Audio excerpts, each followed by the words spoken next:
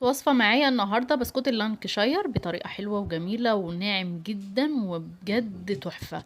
عايزاكي بقى تشوفي الوصفات دي كلها للنهاية عشان هتعجبك اوي الوصفة، وان شاء الله انزلك في صندوق الوصف بالجرامات وبالكوبايات عشان لو عايزين توزنوها بالجرام او بالكوباية. اول حاجة هجيب كوباية دقيق عليها تلتين كوباية نشا، وهحط عليهم معلقة صغيرة بيكنج باودر.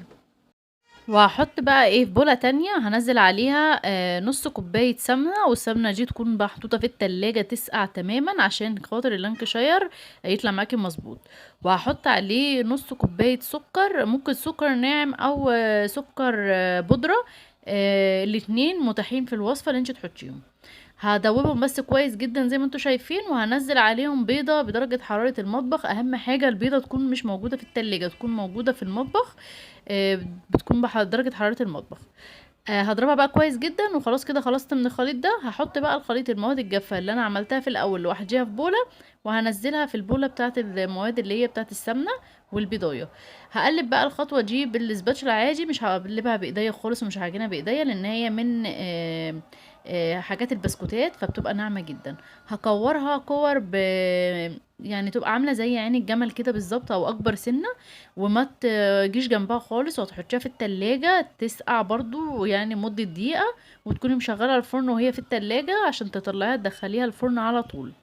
بس بعد ما هتطلع معايا من الفرن هي بقى ايه بتبدأ تفرش كده حاجات بسيطة خالص لوحدها من غير ما بتيجي جنبها، وبتبقى ناعمة جدا فبتمسكيها بالراحة كده وانتي ماسكاها. ودي كانت الكمية بتاعت كوباية الدقيق اللي انا عملتها، عملت لي كوباية كمية حلوة جدا. جبت بقى شوكولاتة سايحة، سيحتها على حمام بخار وفارماسيل عندي مكان ملون مطرح البيتي فور، وقلت بقى ازينها لكم برضو وتشوفوا برضو طريقة تزيينها. خطوة فيها اللي انت بتحطي الشوكولاتة في النص وبتخليه يطلع كده من الجناب وتنزليه في الفارماسيل زي ما انت شايفة. ولو عندك سكر اللي هو الملون بيتباع عند مستلزمات الحلويات، بيبقى فيه جميع الالوان، ممكن تشكلي بيه تعملي منه اشكال كتير. فهي الاشكال دي متاحة بايديكي انت ممكن تنفذيها. فان شاء الله الوصفة هتعجبكم، وزي ما قلت لكم في اول الفيديو هنزلها لكم بالجرام وبالكوبايات في صندوق الوصف عشان لو حابين تعملوها بالجرام او بالكوبايات.